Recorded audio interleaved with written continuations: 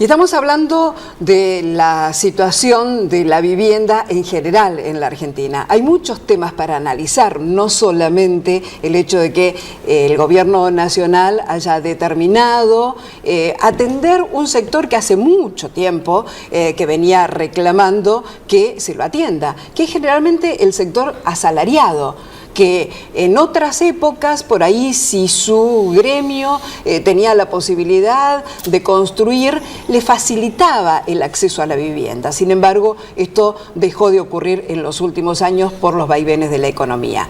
Precisamente el gobierno nacional ahora ha determinado un plan que todavía no está muy claro cómo se va a desarrollar, pero que, sin embargo, pone en el tapete a tanta gente, 1,5 millones de personas, al menos han acudido presurosos al llamado que se les ha hecho, convocándolos a través del Banco Hipotecario Nacional. ¿Qué va a ocurrir con ellos? Bueno, a lo mejor algunas cosas las podemos ir descubriendo de acuerdo a esta charla con nuestros invitados. Les reitero que tenemos aquí sentados a Moisés Resnick Brenner, el ingeniero que es integrante del Centro Argentino de Ingenieros y que tiene a su cargo 2 presidencias de las comisiones de vivienda y urbanismo y que también tiene la Comisión de Economía.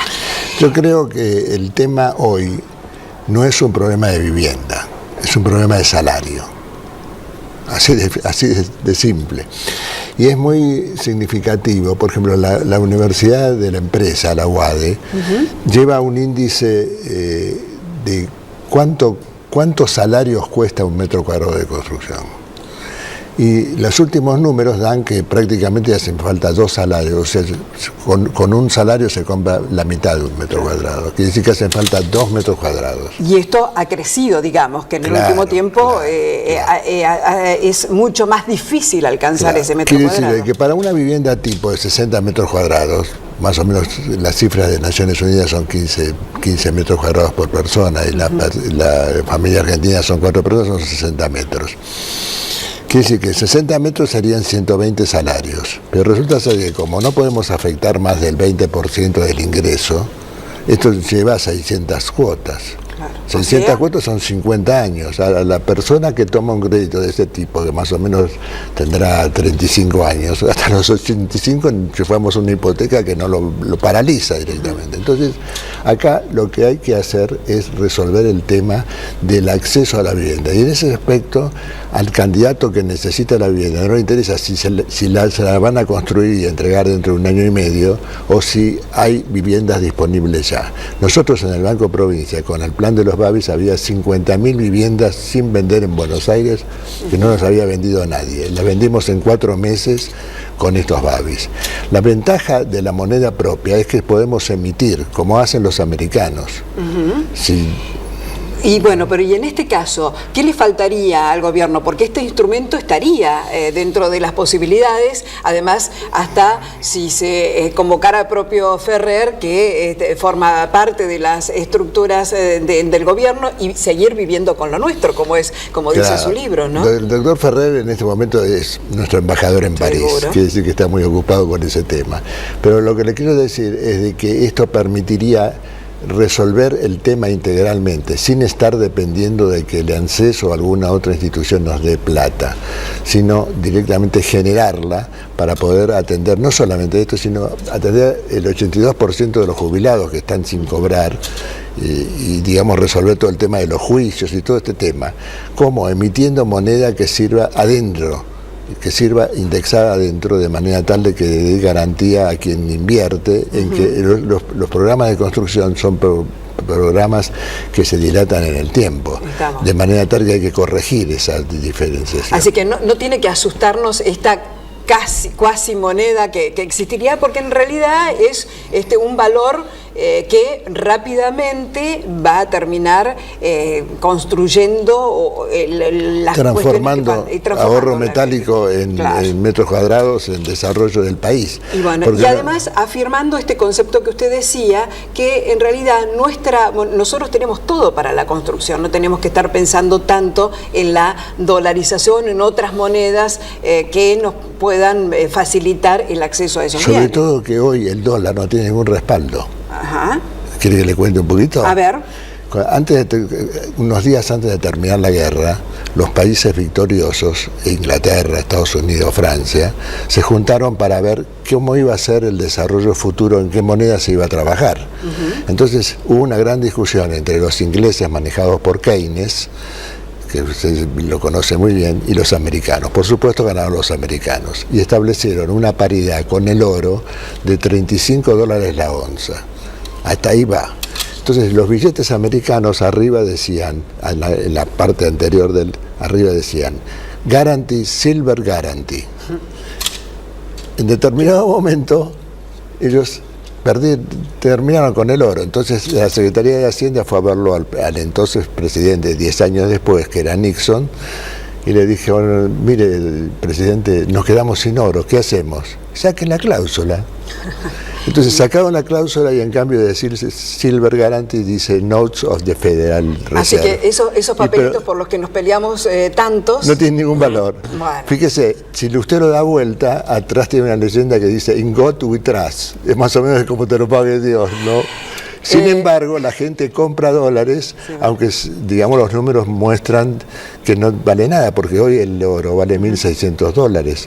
Quiere decir que si relacionamos el dólar se devaluó 50 veces. Bueno, y además también habría que ver los manejos y desmanejos que han tenido con esta moneda tantos gobiernos que nos han hecho pagar más de una vez sus propios déficits, ¿no? Sí, exacto. Bueno, pero además el ingeniero Brenner es integrante de la cátedra de deuda externa en la Universidad de Buenos Aires, así que él sabe mucho de moneda también por estas cuestiones. Volvemos a Julio Rubacha, hablando de este papelito que para muchos no vale tanto, pero que de todas maneras en el mercado inmobiliario siempre ha sido un valor muy importante. ¿Qué está pasando en el mercado hoy con los límites que se está poniendo de parte del gobierno a la adquisición de este billete dólar por parte de los ciudadanos? Hay una disminución muy importante en la cantidad de operaciones. Hay gente que quiere vender, pero al no tener la seguridad de que va a recibir una moneda constante, que va a recibir dólares, no vende. Hay operaciones que van directamente a escritura, lo que dificulta el trámite. Hay otros que deciden esperar a ver hasta que se aclare todo esto, y hay gente que no puede comprar porque no cuenta con los dólares. Esto que está sucediendo de la gran cantidad de 1,5 millones de personas que se anotaron para este plan de viviendas, o los que se están anotando con el plan que hizo el Banco Ciudad, muestra que hay una avidez, hay una necesidad de la clase media, sobre todo de la gente joven que no tiene acceso, de poder contar con su vivienda propia. Y por el otro lado tenemos un montón de viviendas que están paradas como ahorro. Entonces por eso volvemos al tema del crédito, de la necesidad de que exista crédito. Pero para que exista crédito, hay, en países limítrofes tenemos un crédito que es ajustable, que es un ahorro y préstamo, que con eso solucionamos todo. Si uno puede ahorrar en moneda constante con una indexación, que hoy está prohibida, pero con una indexación que le asegure a la persona que toma el crédito que pueda pagar cada mes su cuota, y cuando llega al 25%, que una entidad como fue el Banco Hipotecario Nacional nuestro le preste el 75% restante y lo reponga con el mismo sistema de ajuste y pudiendo pagar la cuota, se asegura a la entidad que presta capacidad prestable, el que toma el crédito que va a poder acceder a la vivienda, y el que vende que va a tener su pago en moneda constante. ¿Y qué cree que falta para que esto suceda de alguna manera? Ahora que se están poniendo todas primero estas cuestiones... Primero que se implemente, que se quite esa ley que viene de antes que impide la indexación, porque se buscan vueltas, pero en realidad nuestra moneda pierde valor. ¿Y hasta qué punto el sector inmobiliario o las entidades crediticias privadas, los bancos, no tienen una responsabilidad que también se han quedado siempre con buscar ganancia, pero en realidad no prestan tanto el dinero para estos fines? Lo que pasa es que si no hay una capacidad de indexar, si la posibilidad de indexar no existe, tienen que ir a tasas muy altas, y esas tasas muy altas hacen que la relación cuota-ingreso y la cantidad de requisitos que piden hacen que la gente no lo pueda tomar, independientemente que hay otros negocios que son más rentables. Tengan en cuenta que a mayor tasa, el mayor plazo no es un beneficio. La cuota a 30 años con un 22-24%, a 300 años y a 3.000 años va a ser la misma, porque lo menos que va a pagar una persona es el interés. Entonces la cuota se hace paralela al tiempo. Sí, ingeniero. Usted me va a preguntar por qué el plan del Banco Provincia lo pudimos hacer y instrumentar. Sí, seguro. Fue la primera vez que se vinculó el mercado inmobiliario, que es el que necesita la plata, con el mercado que es donde existe la plata. Ella fue la primera vinculación. Lo pudimos hacer porque usted sabe que el Banco Provincia es una entidad de la provincia de Buenos Aires que es autárquica y no depende del Banco Central. Bueno, sí. En consecuencia, a raíz de aplicar ese pacto de San José de Flores de 1822 que le da la independencia, pudimos hacer la indexación por el valor del metro cuadrado, justamente porque el Banco de la Provincia es el único banco del sistema que no depende del Banco Central. Y ahora estaría en esas condiciones. Totalmente. Está. Sí. ¿Y qué cree que puede llegar a ocurrir esta decisión hoy política? En día es una decisión política que probablemente pueda surgir algún tipo de respuesta teniendo en cuenta lo que está manifestando el público hoy en día, ¿no? Y por otro lado, la decisión política de sacar el tema de la prohibición de la indexación. O sea, hay que anular la ley de convertibilidad. Se anuló el 1 al 1, pero no se anuló las otras características que siguen vigentes.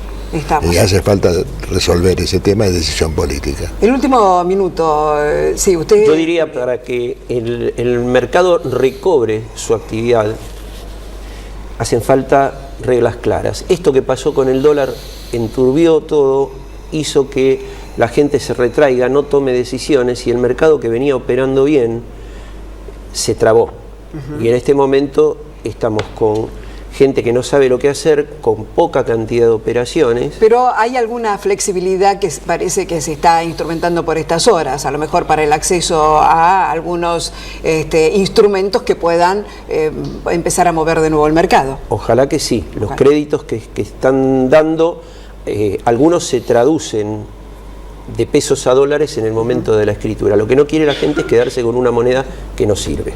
Ingeniero, ¿qué es lo que cree que va a pasar efectivamente por estas horas? Yo no sé lo que va a pasar, pero como presidente de estas dos comisiones del Centro Argentino de Ingenieros y una tradición en el tema de la vivienda, porque la Secretaría de Vivienda nació justamente en el Centro Argentino de Ingenieros, lo que digo es de que espero y les ofrezco, digamos, el Centro Argentino de Ingenieros para toda la colaboración desinteresada que pueda surgir de los programas de vivienda o de desarrollo industrial, porque realmente eso es lo que necesita el país, ¿no? Eso es lo que necesita el país. Un país que en realidad tiene muy pocos ingenieros para la cantidad que se necesitarían y que ojalá muchos más estudiantes argentinos se dediquen a esta carrera también, porque es pensar al país. Sí, y pensar, digamos, de que la política, como dijimos, es el arte de lo posible, de hacer posible lo deseable, de manera tal de que ese es el punto que hace falta.